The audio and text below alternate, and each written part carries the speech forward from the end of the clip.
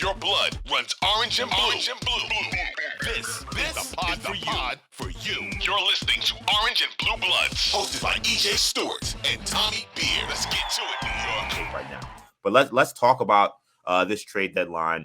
This will be the last pod before Thursday's deadline. We have a few rumors to chew on, but first, I do want to play some sound from Jalen Brunson, who talked about what he's expecting or not expecting during the trade deadline and how he feels about where the team is right now. As professionals, our job is to show up every day and play basketball and let the front office deal with all those situations. But I love my teammates. Getting to know these guys, they've been welcoming for the guys that were here before me, and the relationships we made with these past couple months has been special. And so I love these guys, and that's all I can say. So we'll see how many of Brunson's teammates remain on the team after Thursday. Michael Scotta was reporting today that the Knicks have expressed interest in Portland Trailblazers forward Josh Hart. Hart is averaging 9.5 points a game on 50% shooting. He's also averaging 6 rebounds. He's also a Villanova grad, similar to Jalen Brunson. So interesting note there. Also, Knicks appear to be out on the OG Anunoby sweepstakes, which Tommy mentioned earlier. So Yahoo's Jake Fisher was on SNY's The Putback, and he said that the Knicks are not actively pursuing a Raptors combo forward OG Anunoby. He says there are a number of teams who still are, and there's a chance that OG does get traded, but it doesn't appear like the Knicks, or the Nets for that matter, are in on OG Anunoby. So I want to start with the Josh Hart fit first, because I'll be honest, like Josh Hart is a guy I've been trying to get on the Knicks, in my conversations on Twitter and with people who are fellow Knicks fans for years. Like I feel like he'd be an absolute perfect fit for the Knicks. I liked him during the draft, and the fact that the Knicks have been interested in him in the past, it's not surprising that the Knicks are once again circling the wagons on Josh Hart as Portland Trailblazers reach a tough decision about where their season is going. Do you like the fit of Josh Hart on this Knicks team? Yeah, it's hard not to be a fan of Josh Hart if you're a fan of winning basketball. Guy just does what it takes to win. I think it was earlier this season or maybe late last year, he had a 20 rebound game at the Garden. It's a guy that just contributes on both ends of the floor. Dating back to his Villanova days, a winning player, can score if you need it, can defend if you need it, versatile, can guard the 2, the 3, and slide it kind of across the perimeter.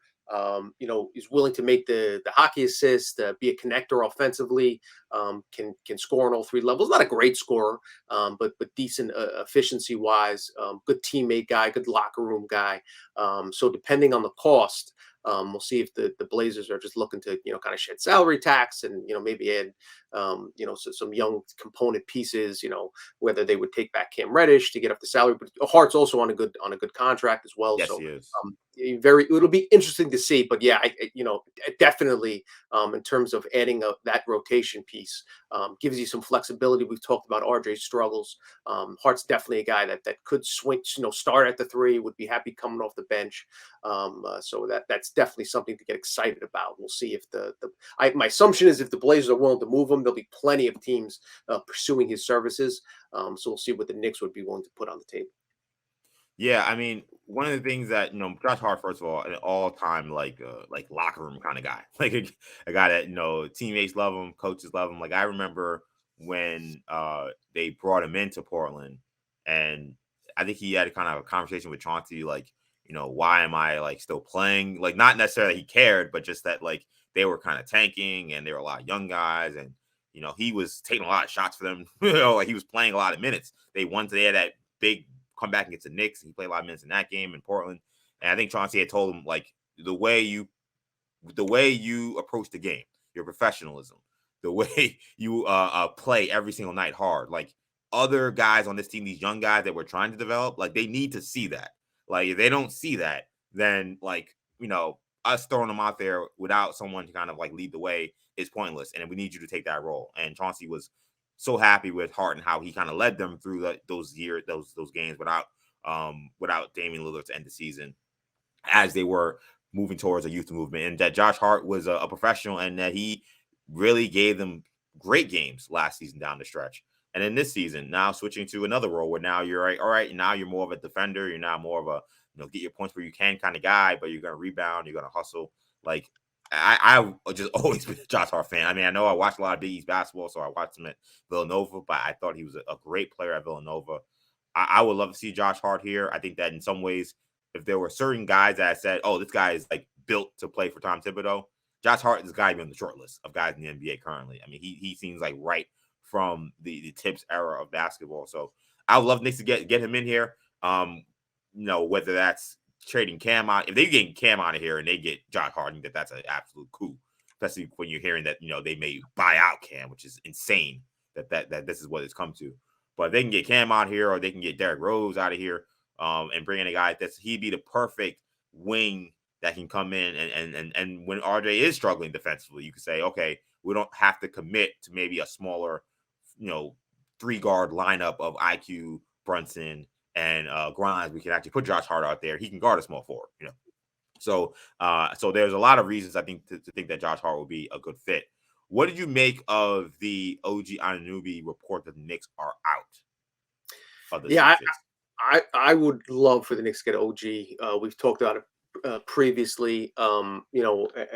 We'll see if it, again, there's probably a lot of smoke, we'll see what direction the wind's blowing.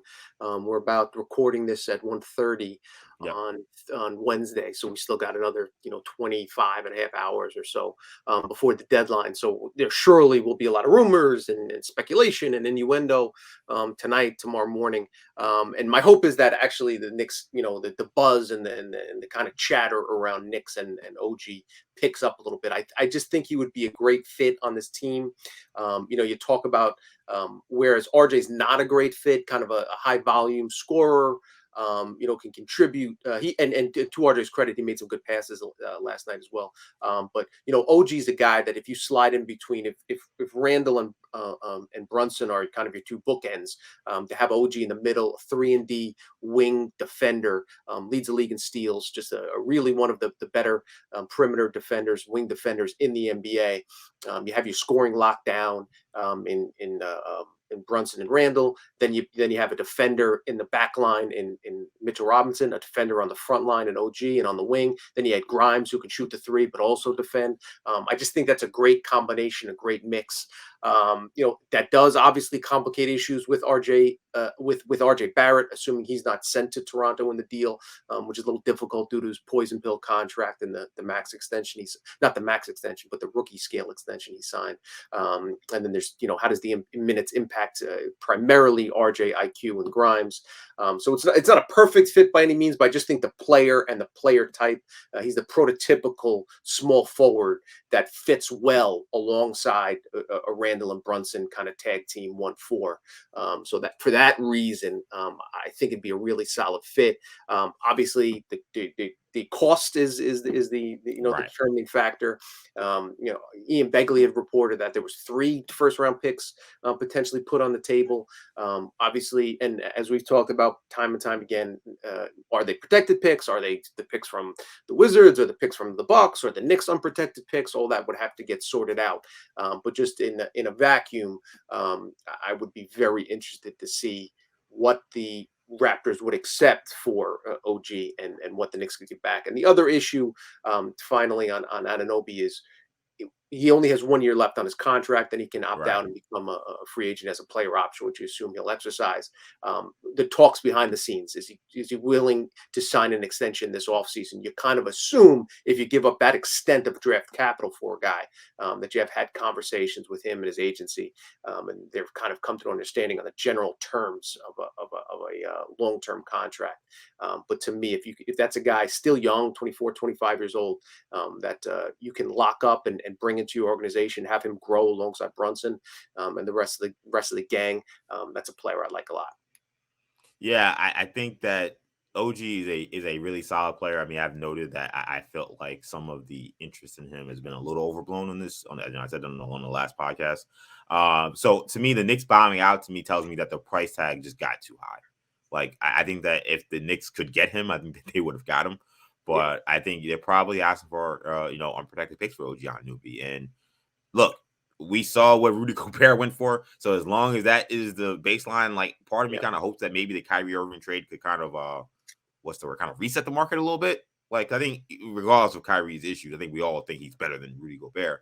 Like, he only went for one unprotected. So I was hoping maybe that would reset the market. Maybe that hasn't happened yet. But considering what Rudy Gobert went for, with Dejounte Murray went for, that these teams are going to now try to, stick up any team that's trying to trade for a plus starting player, And I think that's a real big reason why we haven't seen anything. It's Right. been tumbleweeds across the NBA. Usually there's a bunch of trades in the days leading up, and we still have an hour left. I think all these teams are holding on to OG and the other players, and expecting that Rudy Gobert haul, which is just unrealistic at this point. I think the other GMs are like, listen, that was an outlier, like the Right. market needs to recalibrate, like we're and until you guys come back down to earth. That's why I think in like the hours before the deadline, some teams are going to say, okay, they're finally, I guess we have to accept, the sellers have to accept the new parameters.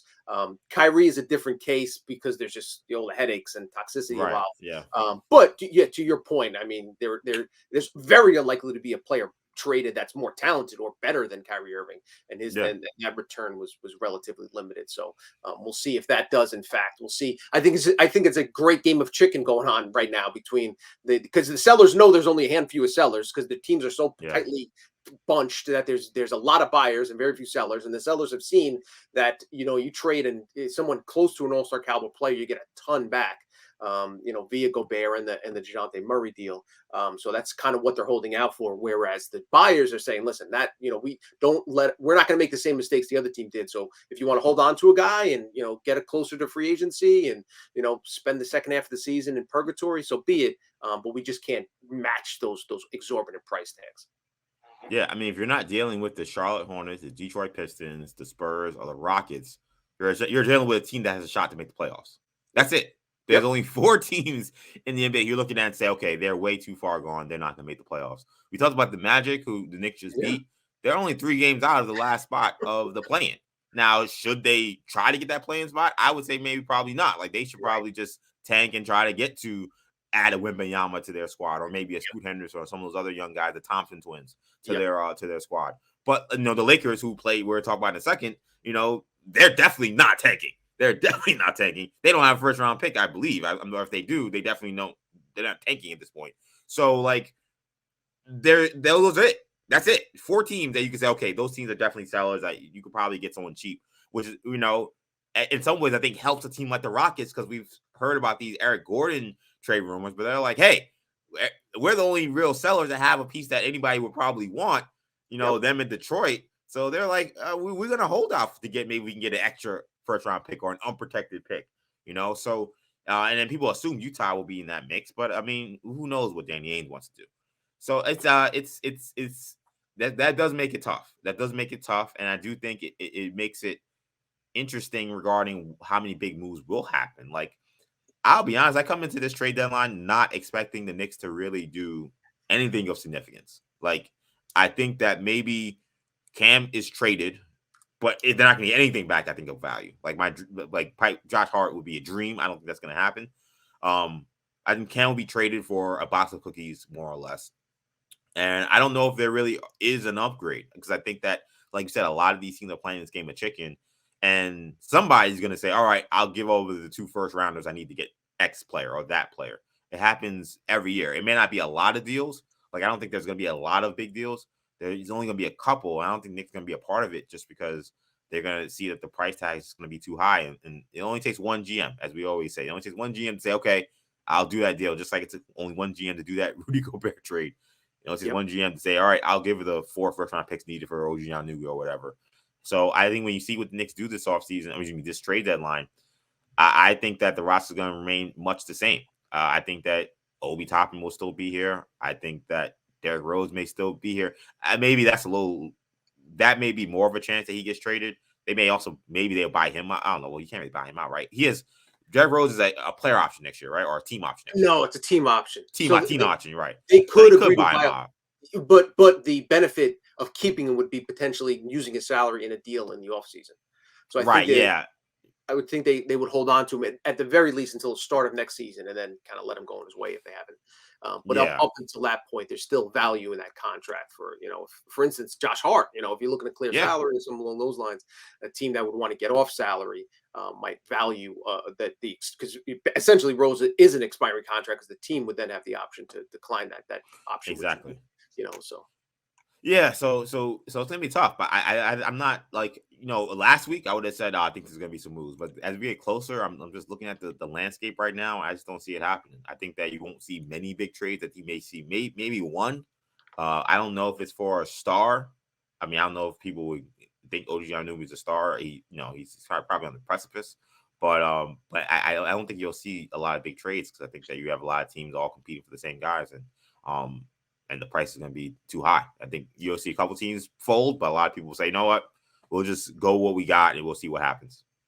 I think if and when the first big trade is made, when the first big trade goes down, I think that might break the dam a little bit and be like, okay, the new price has been established, and okay, we're not getting Zach Levine, or they Bulls say they're set, they're keeping him, and the Raptors trade Fred VanVleet, and they say they're holding on to Pascal and OG, so they just at that point, then teams say, okay, Eric Gordon's the best guy we can get, we might let's see what we have and we'll give it up.